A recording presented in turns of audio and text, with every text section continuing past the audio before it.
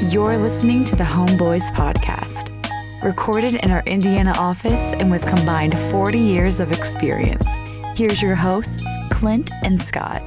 Hello, real estate investors. You are with the Homeboys. My name is Clint Wetherill, and we are talking about the labor gap and the overall job problems that we are seeing in our economy and how it affects real estate and what that could look like going forward. And mind you, I did say could look like going forward because these are opinions.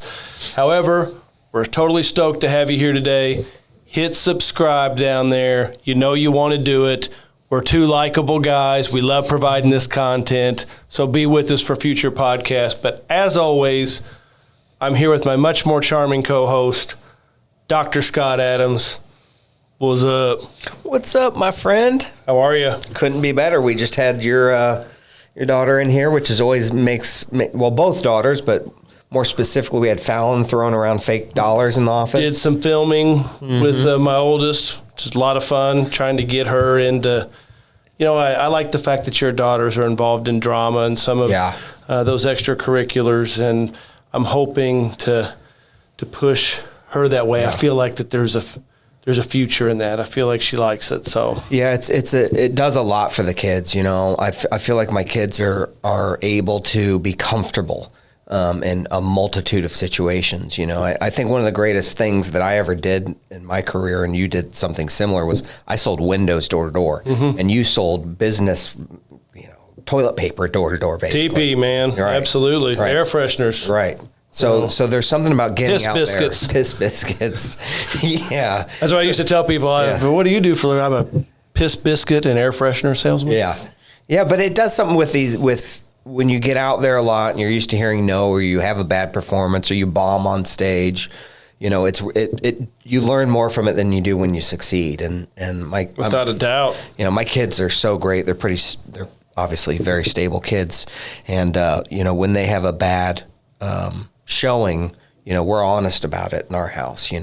We're not, I don't care if they're up there. I'm proud of them no matter what, but they learn a lot from when things go wrong. But the show Ivy was just in, my youngest, was unbelievable. I literally almost had to walk out of the show because I was laughing so hard I was crying. That's how funny she was in it. It was awesome. But Fallon, you're right. It's the ability to, overcome, tough things. Correct. And, I experienced it a little bit. We've talked about it quite a bit where I'm playing drums for our church. Yep. And this past Sunday was my second time doing it.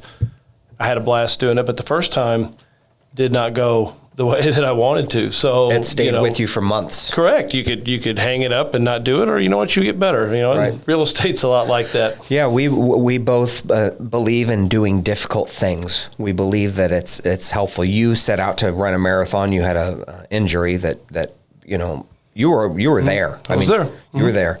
I set out to learn piano. COVID happened.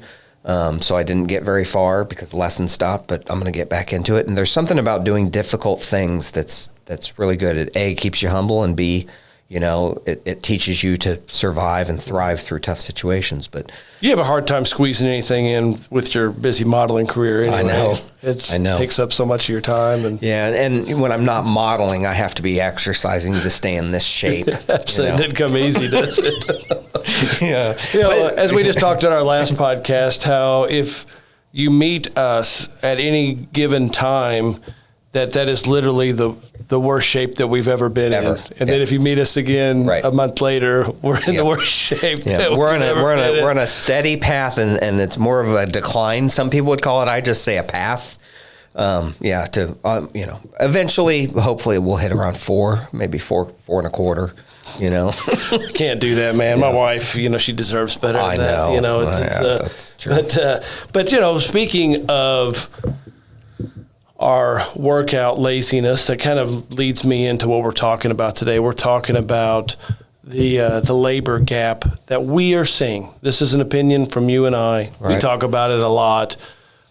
We came up with this topic today kind of based off of an experience I had over the weekend, and I'll make it really quick. And this is just talks about labor in general, but it will feed into what we're talking about. My niece is in town, and she wanted to go to Qdoba.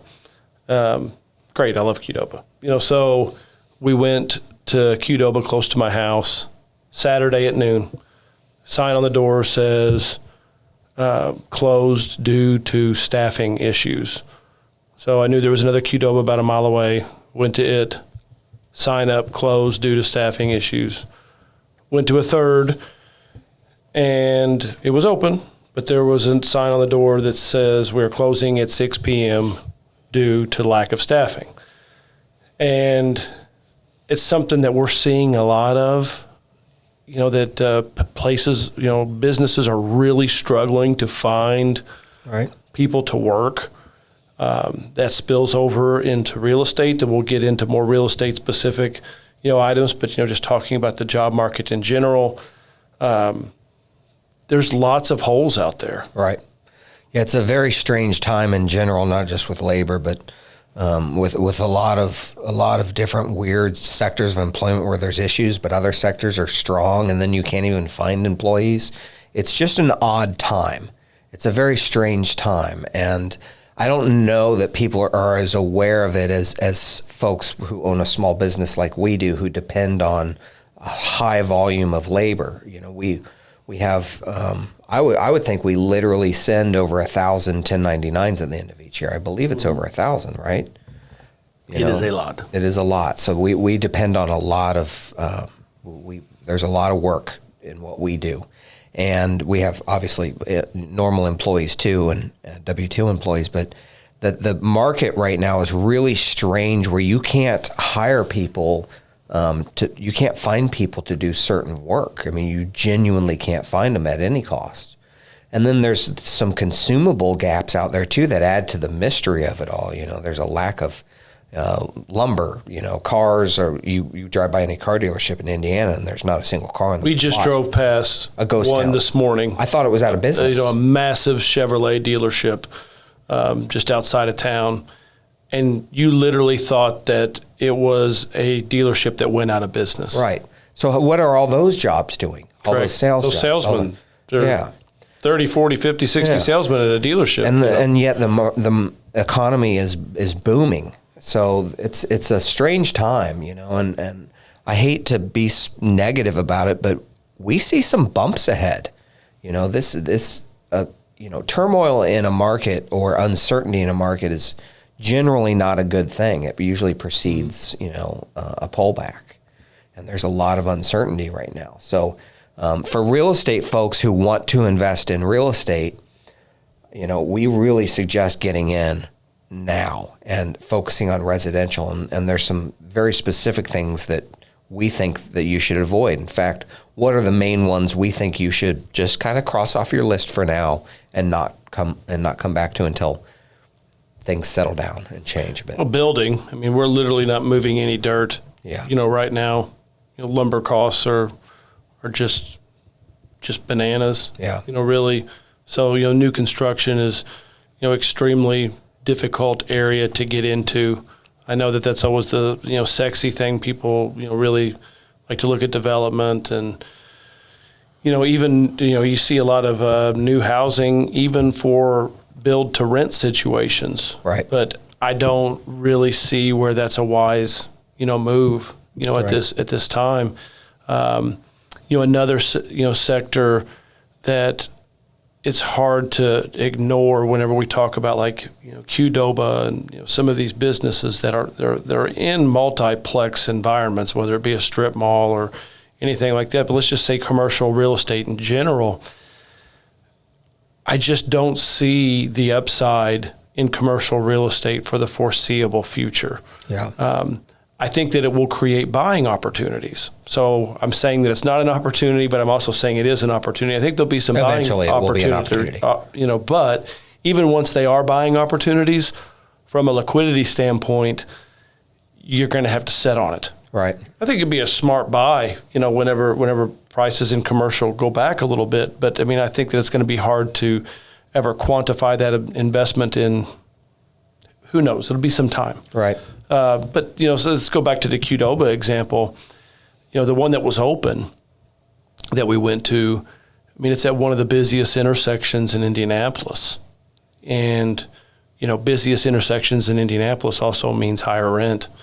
So, if you're not able to be open on a Saturday night, Right. And take advantage of that, It's concerning. You're not going to be able, how do you turn a profit? Right. What's rent at one of the busiest intersections? And I don't necessarily know. I do know it's substantial. I know a little bit now just because my wife and I, my wife opened a boutique with a good friend of hers, or her friend opened a boutique and brought my wife in as a smaller partner, and they were renegotiating their lease at this very popular mall, and it's the mall is half empty on that south side of the mall, as you know. There's some gaps there, yet they're charging the highest rates they ever have for rents. So again, I just go to the uncertainty of it. It's like confusion in the market.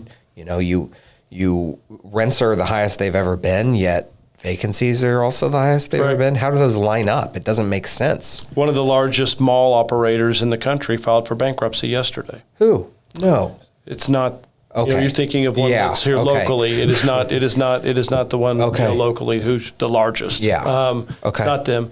The name escaped me, but it was on the front page of CNBC.com yesterday. Wow. Well, the one who's here local, their stock has never been higher, and I don't understand it.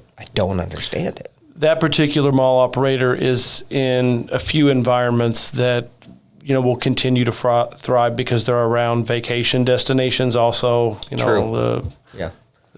Large Vegas Mall, some other large tourist destinations and that didn't really hit. And the newer trendy malls are generally owned by them. Correct. But I think it could. Who knows? It could hit them too. But you're office right. Office space too. What do you think about office space? Great question. I'm just going off of common sense. I'm not going off, and me, I'm not, average GDP growth is X, and then you couple that with inflationary rate and all this stupid crap that people throw all these numbers Did you just out. make yourself glaze over as Correct. you were even saying that? Yes, I did. It's hard for me to, I try to go at real estate very redneck, dumbass common sense. You get out the crayons and a big poster board and you just draw. Correct. The larger the crayon, the better. Right. I said crayon, not crayon. But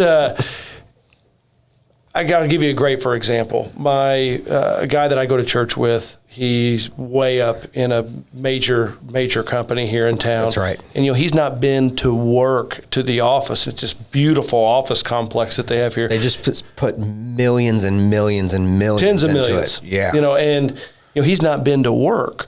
We have some friends in the mortgage industry that they used to go into an office all the time. They've not gone back. And we're just talking about some of the few people within our circle. There are many millions of people that aren't going back to physical office. So let's just call it common sense. If there's millions of people not going back to a brick and mortar location, the demand is going through the floor. Right. It is what it is. I think that your major commercial buildings, when I say major, 20,000+ square feet, they've been bombed here for a long time. I could think of a couple of large buildings here close to the office that have struggled to lease for 5, 6, 7, 8 years. Sure. And there's less people going, back to a brick and mortar location. The answer is it's got one place to go, in my opinion. There's no way it can go up. There's no way. The demand is going to be substantially less. And, I see it because I surf a lot of the commercial listings.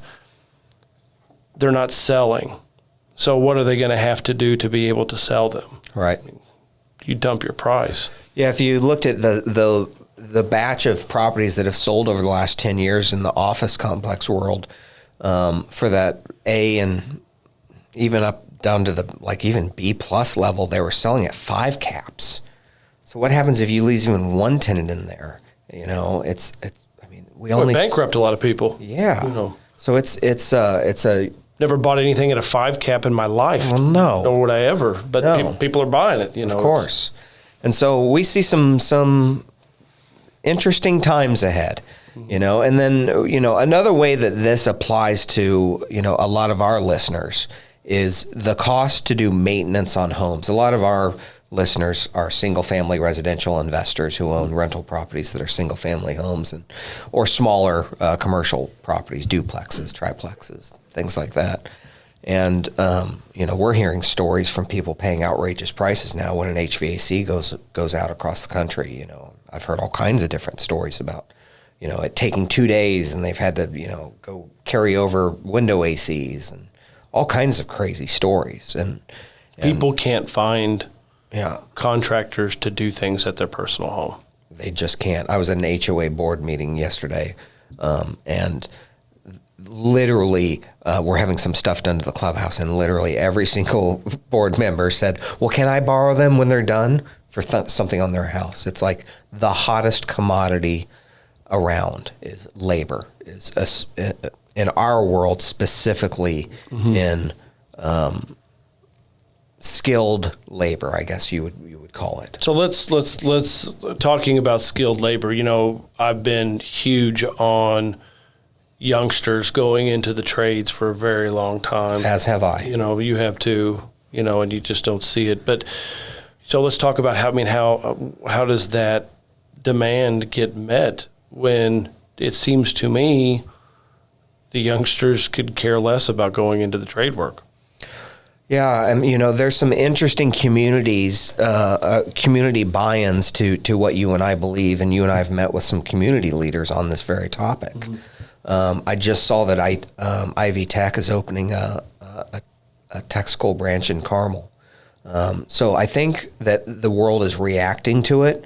As usual, they're slow and a bit behind, but I see a push going in this direction, because if I had sons, you know, you and I have talked about this many times, and they want to go to college, I would support that decision, but I would suggest to them that they consider going to trade school instead if they wanted to make 6 figures. If you want to make 6 figures early in your career, the best thing to do would be to go into trades, period. It's the simplest path. Mind you, there's opportunity for women also, but I think... Oh, I'm sorry, yeah. I think you and I are both very protective of our princesses. Yeah. Because you have 2 girls, I have 2 girls. There's a lot. I'll be honest, I don't see either of my girls, you know, carrying a furnace through a house and getting, you know, dirt and grease on them to install a furnace. Yeah, I speak from the perspective of my own life, which is I've got 2 girls that are amazing girls, but they're very girly girls. And so, yeah, I would suggest any young folks really, really consider trade work. You know, you and I know a lot of people in the trade world and how successful they've become because of the lack of it. My childhood best friend, you know, HVAC business, and I go on vacation with him, and I mean, he's in it, man. You know, it's Ebley Heating and Air Conditioning. He's answering the phone, and his success is fabulous. I mean, he's very successful guy, because you know he cares about it. Which leads me to my next question. You know, are millennials lazy? You know, I don't think so, in the sense of the word that they're not willing to work. Their idea of work, I think, is different. You know, I really do believe that. Now, I agree. I know there's a lot of people out there who are like, they just don't want to work. Well, you just hear people asking that question all the time. I'm not saying that they are. That question gets asked all the time. It does. And to me, it's their idea of work is a little different. You know, they grew up in a digital world where work was, and the successful stories they hear are all digital stories, you know, the creation of these companies. Even real world companies that where the rubber meets the road, no pun intended, with like an Uber, is a technology company. Think about that. No doubt. You know? So that's the world that they're in, where they see. I don't know they've ever turned a profit. Right. I know one time they hadn't. I don't keep up on Uber stock, right? You know that well. But that's the difference. It is. It's they see the world differently, and so they, you know, I think it's created some really neat creative thinking and some really creative businesses, but it also leaves a gap, because a lot of that generation wants to figure out and solve the problem of how do I get an app that tracks your furnace and and then knows when it needs to be cleaned, and it notifies you, by Wi-Fi that this is wrong with it. They're more interested in that aspect of it, where our generation, we wanted somebody to hand us a hammer and show me where to slam it on the furnace to make it work. I grew up in hay and landscaping. Right. Hay with no technology. Right. Landscaping, getting off of a truck and starting a weed eater, and doing 15 yards in a day with a weed eater. And it's a disposable generation now too. Mm-hmm. So even, and furnaces are a great example. We have furnaces in houses that we sell, and the inspector, it's a rule that these inspectors have where they say the furnace is near the end of its life or life cycle or whatever. If it's a 25-year-old furnace, we try not to replace it because it's fixable. You can replace parts and it can last forever. Yeah. And people want us to replace it with one of these new furnaces that will last years. You don't know. You never see a 10-year-old water heater. Nope. But you do see 25-year-old water heaters from time to time. Yep. My old house, where I lived before the house I moved into. Right. Furnace, 1976 Chrysler furnace. It's hilarious. That was awesome. And there was no reason to ever replace it because you could fix it. It was hard to find parts, but you could fix it. Water heater, 1981. 1981 water heater. Yeah, you don't see that anymore. No. So, that's part of it too. It's the way that things are manufactured more cheaply, and so you just replace them instead of repair. But that doesn't mean you don't need someone to come in and replace your furnace or still replace your water heater. There's those jobs where it's lacking. So where this affects, I think, a lot of our clients with maintenance costs is they've seen a bump in the cost to maintain things. And I'm proud of our company going after trades so strongly. Clint and I, and really to Clint's credit, we've been ahead of the curve on this, going out, meeting with trade schools, going out, meeting with community members who are involved in some mentorship of young folk getting into this line of work. And we've tried to stay ahead of the curve and be the ones who have the answer and the solutions for our clients. But if you're not working with a group like us that's on top of this, you're going to be paying more, and you're going to have difficulty getting things done to your property. Mm-hmm. You'd met with a property manager not that long ago who was losing maintenance staff to her own clients because they were sick of paying them the markup and all of that stuff. Right. And it's just, I get it. People are scrambling out there. So they are, and we have been fortunate because we've got a robust Rolodex and people we work with. We've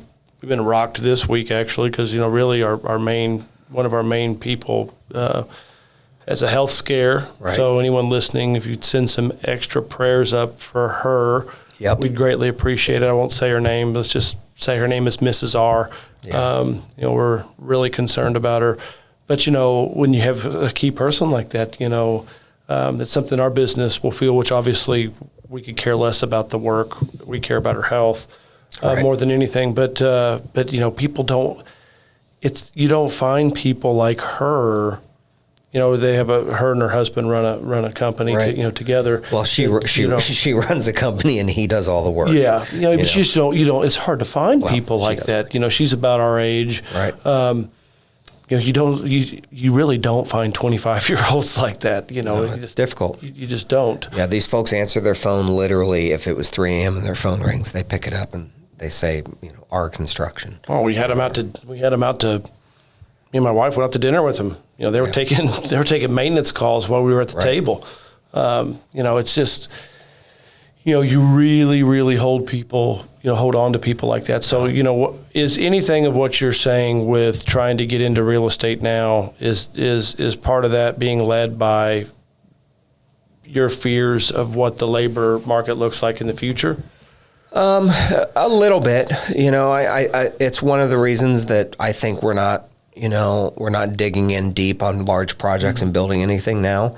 But I think we're protected pretty well for labor, but I guess your point is more, could you imagine somebody entering into the real estate world and trying to do it on their own? That's kind of exactly where I am. So if you don't have a group that is ahead of the curve and doing this full time, you could end up with some trouble with the property you can't take care of because they don't have the people to take care of it, and costs that are just ridiculous. So I overheard a conversation at lunch. I don't know if you heard it. We just came from lunch, and it was a realtor. And I didn't. I was too focused in on the. I was too focused in on the food. So she was saying that she was supposed to close on a house last Wednesday, and they still haven't done the punch list from the inspection. And she was complaining, and that is what we hear all over the place. Realtors can't get deals closed. Property management companies can't get properties taken care of the way they should be taken care of, and so I think more than ever you have to be cautious out there. I wouldn't suggest now is the time to go do this on your own. Now is the time to go find the best group you can in each market and work with them. Could you imagine, like, even let's just say even us, because we're on here talking about how we're the experts a lot of times, but could you imagine, say, if we decided, you know what, we're going to invest in Kansas City, and we got on a plane and went to Kansas City, and we met with a realtor, and we bought houses, and then we went to the Yellow Pages or Google and tried to find contractors to work on a house. Could you imagine how bad we would fail? I mean, we would fail. We would fail, and we're experts at this. And to miserably, we fail miserably. Yeah. I hate to knock new realtors or very small operations, but this is the time where the wheat is separated from the chaff.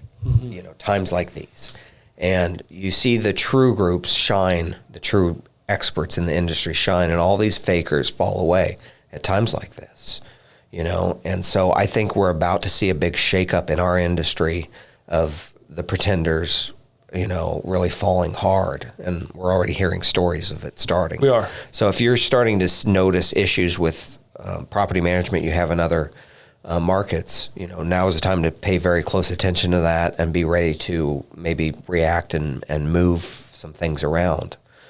We're seeing an influx of properties at our property management company at a rate we've never seen in the history of being in this business. Wouldn't you agree? Oh, absolutely. Without a doubt. We're well over 50 houses in a month coming in. Outside of the properties that outside of what we do. Yeah. So, I mean, you're seeing a shakeup out there. Well, we see it we say that about going to Kansas City, but it's the same thing if someone here locally says, you know what, I'm going to be a property manager. I'm going to open up a property management business. Finding the contractors, we've talked to some local property management companies here that are much younger than us. I mean, they don't have anybody. Right. To do their work. Yeah, we met with a very, very impressive young person who's doing some property management within their real estate career portfolio things that they do, and they're like, I'm out. I'm getting out. I can't keep up with it. Correct. It's a very difficult business. And thank the Lord, we've been blessed to have some of the relationships that we have. Right. Because the labor piece of this is going to continue. I mean, like you said, it's going to be trailing, and my personal opinion is going to be trailing for some time. It's not like we're going to wake up this time next year and all of a sudden there's going to be plenty of plumbers and plenty of electricians and plenty of carpenters and plenty of HVAC techs. Yeah. It's going to take a while. Yeah, and not to brag about us, but here's something that our business does that we see some others doing that we think is a good sign for you that you're at the right spot. It's a company that's looking to mentor trades. It's looking to bring in trades when they're young and have them work under your skilled trades that have been in the business for 30 plus years. We've invested in a fleet of vehicles and fleet software to manage, these folks who are out there. And we're very invested in being actively involved and getting people involved in the trades. We're Absolutely. Actively involved in it. I'd love to have, I'd love to have a 25-year-old, hungry, eager HVAC technician sitting outside my lobby right now. Right. Not that we need HVAC technicians, but I want to promote that amongst our community. Right. And if you're a young listener local and you're looking for work, we would listen to you. If you're willing to work hard, our philosophy is we have the people and the know-how and the work available to train you and help make you successful. Right. If you're a hard worker and willing to learn, the sky's the limit at a lot of places like ours. But yeah, if you're in Indianapolis, give us a call. But we're a very career-driven company. If Right. you're looking to jump jobs every other month, don't call me. See ya. Don't want to deal with you. But so let's go backwards. We've talked a lot. Yeah, this turned into a job. We talked job a lot, announcement. And how this affects everybody. Personal opinion. I'll do commercial. I want you to do residential. Okay. Our personal opinions on what this looks like. I foresee the commercial world being hit by labor issues for quite a while. First thing, I think there's going to be businesses go out of strip malls and strip centers, similar multiplex type environments by the droves in the future. The example I had with Qdoba, I think that's going to continue for businesses like it and, many businesses, similar, restaurant type franchise models, some retail, situations, anything where, you're really needing, labor. I think that it's going to continue to struggle. What's that going to do? You're going to have vacancies. You're going to have owners that are struggling to maintain their commercial buildings, which I think that ultimately you're going to see prices drop in those areas. Secondly, I think some of your major, office, complexes, 20,000+ square feet, you're seeing less people working at brick and mortar. You're seeing more people working from home.